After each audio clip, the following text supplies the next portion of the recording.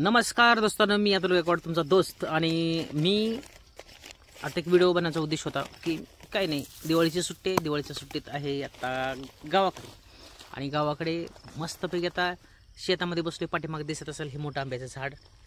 याला साधारणतः आत्ता झालेत 8 वर्षाचं झाड आहे. आंबे वगैरे येतात, सगळं होतं. पण आता आम्ही आलेलो शेतामध्ये, मी आणि भाचा तन्मय गवळी. तर आत्ता काय झालं, दुपारच्या वाजल्यात 3. आम्ही 3 वाजल्यात म्हटल्यावर थोडंसं घरनंच आलो होतो, पण जेवणाचं टायमिंग नाही. पण काय झालं, शेतात आलं की काहीतरी खावंसं वाटतं. तर मस्तपैकी तुम्हाला सांगतो, झणझणीत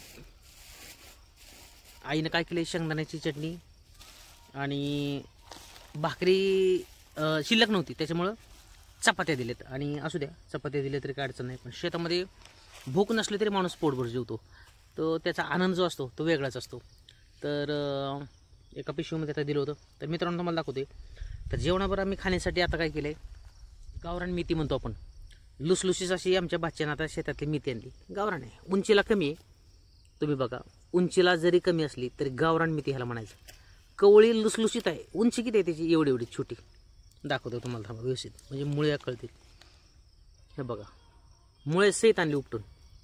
कवळी लुसलुशीत आहे. आणि आता हे जेवणाबरोबर आम्हाला खायची.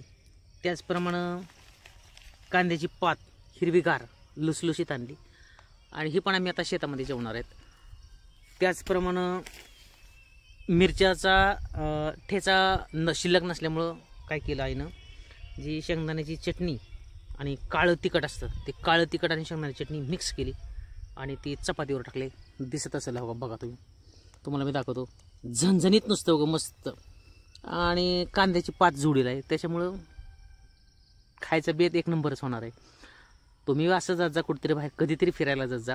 हे दिसते शेंगदाण्याची चटणी कशी आहे, आणि काळं झणझणीत. इसूर हा शब्द आमच्याकडे वापरला जातो, इसूर. तर इसूर म्हणजे काळं तिखट.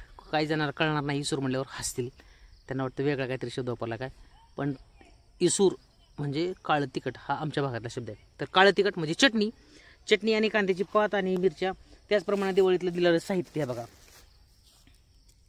चकल्या. कोण आमच्या भागात काठी कोंडबळ म्हणतात.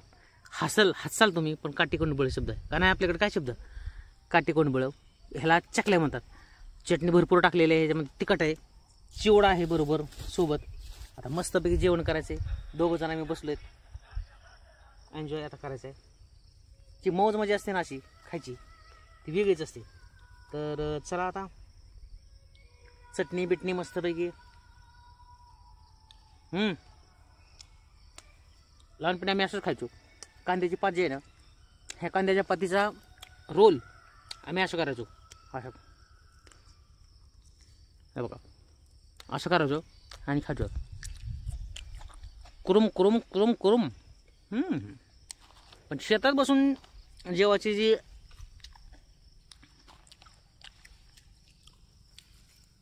पद्धत आहे, जरी तुम्हाला वाटत असलं हे शेतात बसला आणि कुठं जेवते, आत्ताची हायपाय लोक जरी असली तरी त्यांना कुठल्या हॉटेलवर जर जेवायला गेली ना, तर बसून लोकांना खाली बसून जेवायची पद्धत आवडायला लागली. आता ते 5 स्टार हॉटेलमध्ये, 7 स्टार हॉटेलमधलं जेवणापेक्षा तुम्हाला हे असं जेवण कितीतरी पटीने चांगलं वाटणार आहे का नाही. पाहुणं बरोबर, ओके, यस.